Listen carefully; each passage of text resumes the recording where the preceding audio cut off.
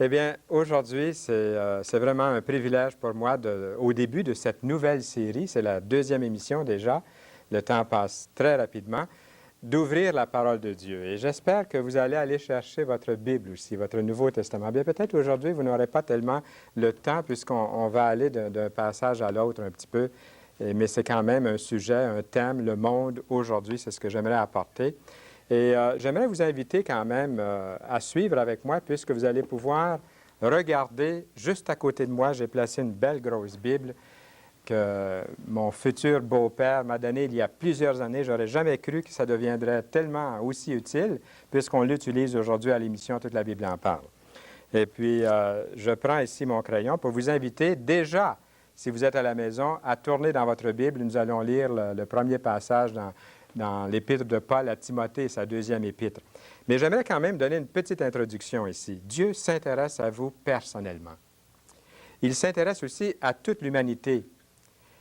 Par sa grande mission, il a confié à ceux qui le connaissent personnellement la belle et grande responsabilité d'annoncer cette bonne nouvelle à toutes les nations du monde. Savez-vous qu'il n'y a que 3 de la population mondiale qui n'a pas encore entendu parler de la parole de Dieu? J'étais cet été, j'ai regardé, je suis allé à une exposition de la Bible, peut-être vous êtes allé aussi. À Granville, il y avait une exposition de la Bible, et un peu plus tard à Saint-Blaise, et prochainement à Montréal. Ne manquez pas cette exposition sur la Bible. Et là, j'ai appris que 97 de la population mondiale avait accès maintenant à la parole de Dieu.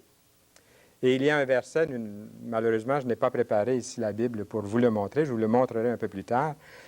La Bible dit que lorsque les nations du monde auront entendu la parole de Dieu, le Seigneur va revenir, va venir à ce moment-là, personnellement. Il revient bientôt en personne.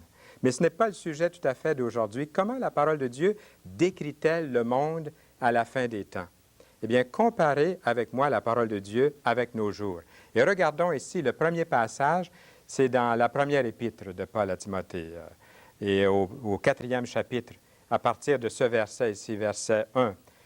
Mais l'Esprit dit expressément que dans les derniers temps, quelques-uns abandonneront la foi pour s'attacher à des esprits séducteurs et à des doctrines de démons, par l'hypocrisie de faux docteurs portant la marque de la flétrissure dans leur propre conscience, prescrivant de ne pas se marier et de s'abstenir d'aliments que Dieu a créés pour qu'ils soient pris avec action de grâce par ceux qui sont fidèles et qui ont connu la vérité, car tout ce que Dieu a créé est bon, et rien ne doit être rejeté pourvu qu'on le prenne avec action de grâce, parce que tout est sanctifié par la parole de Dieu et par la prière.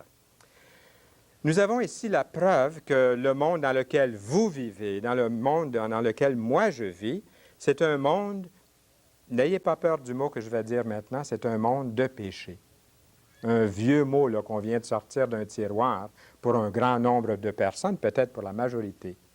Nous avons la preuve ici, dans la parole de Dieu, qu'ils sont pécheurs, les gens de ce monde, parce que la Bible dit qu'ils ont abandonné la foi. Nous avons besoin de nos jours d'un mouvement mondial où les gens vont être sensibilisés à nouveau à la foi des Écritures, de la parole de Dieu. Les gens courent aujourd'hui après les choses surnaturelles, après les miracles. Et il y a quand même cet abandon de la base, de la foi qui sauve, la foi en Jésus, dans son sacrifice à la croix, son sang versé pour donner la vie aux pécheurs. Il y a un abandon de cette foi. Il y a aussi l'obéissance à des esprits trompeurs. Il est beaucoup plus facile, comme vous savez aujourd'hui, de croire à la réincarnation que de croire à la résurrection qui est rapportée par les Saintes Écritures.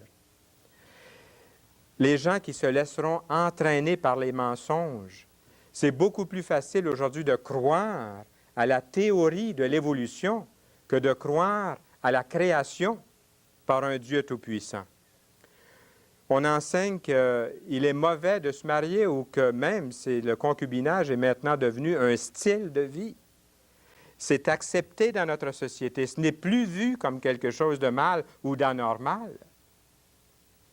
Enseignant qu'il est mauvais de se marier, même dans certains milieux, de manger toujours tout ce qu'on veut avec bon appétit, ça c'est très bien, mais sans vraiment reconnaître que Dieu nous les donne, d'oublier de remercier le Créateur qui nous donne ces bonnes choses, d'oublier de remercier, de rendre grâce pour les bienfaits. Comment la parole de Dieu décrit-elle le monde à la fin des temps et comment devons-nous vivre dans ce monde de la fin des temps? Regardons un autre passage, et cette fois-ci, c'est dans la deuxième épître de Paul à Timothée. Nous nous rendons au 3e chapitre et regardons ici le premier verset du 3e chapitre. « Sache que dans les derniers jours, il y aura des temps difficiles, car les hommes seront égoïstes, amis de l'argent, fanfarons, hautains, blasphémateurs, rebelles à leurs parents, ingrats, irreligieux, insensibles, déloyaux, calomniateurs, intempérants, cruels, ennemis des gens de bien, traîtres, emportés, enflés d'orgueil, aimant le plaisir plus que Dieu, ayant l'apparence de la piété, mais reniant ce qui en fait la force. Comparez avec moi le monde d'aujourd'hui avec la parole de Dieu. Des temps difficiles, malgré l'abondance, malgré le haut niveau de vie, malgré l'abondance, l'opulence même, les gens trouvent que nous vivons dans des temps difficiles. Beaucoup d'égoïsme, chacun pense à son profit, chacun pense à ce qui l'intéresse. Seulement l'amour de l'argent, la vantardise, l'orgueil, la comparaison, la compétition est très grande. Même jusqu'à parler contre Dieu, contre les choses qui concernent le Seigneur et sa parole.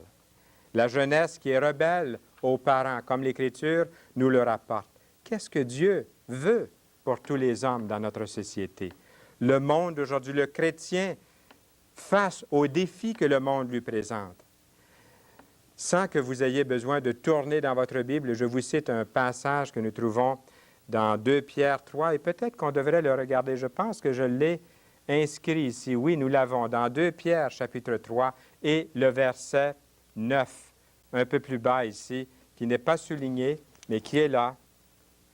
Le verset 9, « Le Seigneur ne tarde pas dans l'accomplissement de la promesse, comme quelques-uns le croient, mais il use de patience envers vous, ne voulant pas qu'aucun périsse, mais voulant que tous arrivent à la repentance. » Donc, le Seigneur ne voudrait pas que personne ne soit perdu. Dans son amour, il veut que chacun l'accepte comme sauveur. Il veut que tous arrivent à la repentance. Il veut que tous aient l'occasion de se détourner du mal.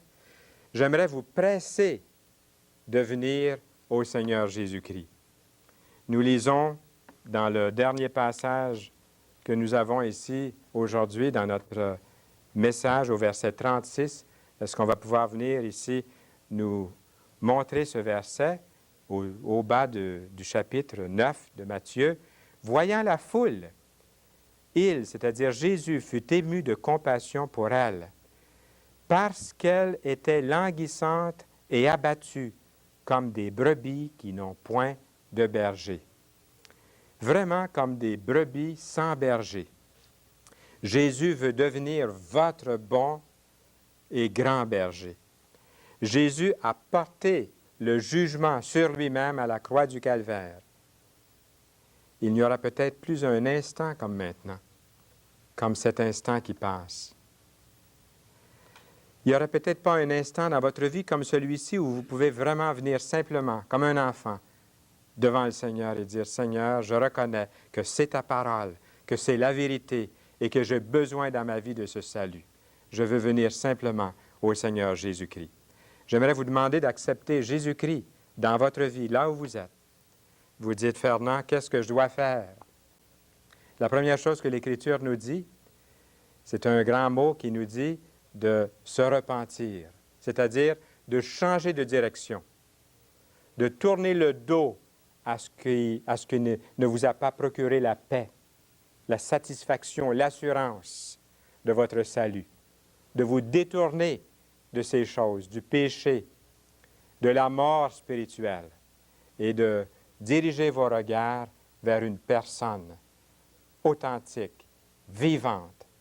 Vous avez remarqué, je n'ai pas dit vers une religion, vers notre religion, non.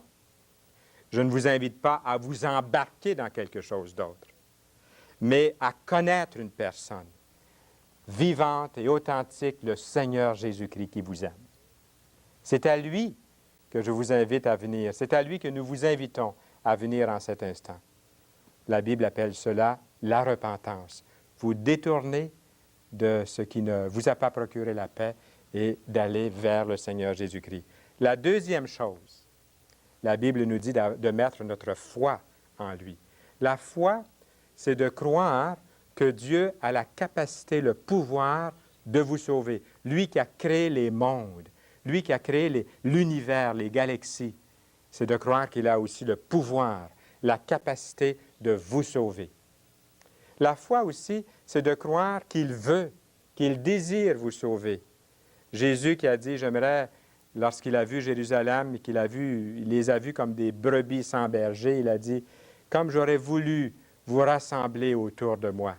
C'est parce qu'il vous aime qu'il désire vous sauver, vous rassembler, vous appeler. Il a dit, venez à moi, vous tous, qui êtes fatigués et chargés, et je vous donnerai du repos. Mais la troisième chose est très importante, pas la moindre, c'est un appel à votre volonté. C'est quelque chose que je ne peux pas faire pour vous. Votre volonté. Le Seigneur dit, venez à moi, vous tous qui êtes fatigués et chargés, et je vous donnerai du repos. Il vous appelle, il dit, je me tiens à la porte et je frappe. Si quelqu'un entend ma voix et ouvre la porte, j'entrerai chez lui. La repentance, se détourner de pour aller vers lui. La foi, croire qu'il a la puissance, le pouvoir et le désir de vous sauver, ça c'est la foi. Mais aussi la volonté de dire, oui Seigneur, je ne comprends pas toute ta Bible, je ne sais même pas comment je pourrais retenir tout ce que je viens d'entendre, mais une chose que je sais, je veux venir simplement à toi et t'accepter comme mon Sauveur, comme mon Seigneur. Le Seigneur va mettre dans votre cœur le désir de lire sa parole, de prier, de rencontrer d'autres chrétiens. Eh bien, il nous a fait plaisir de vous apporter ce message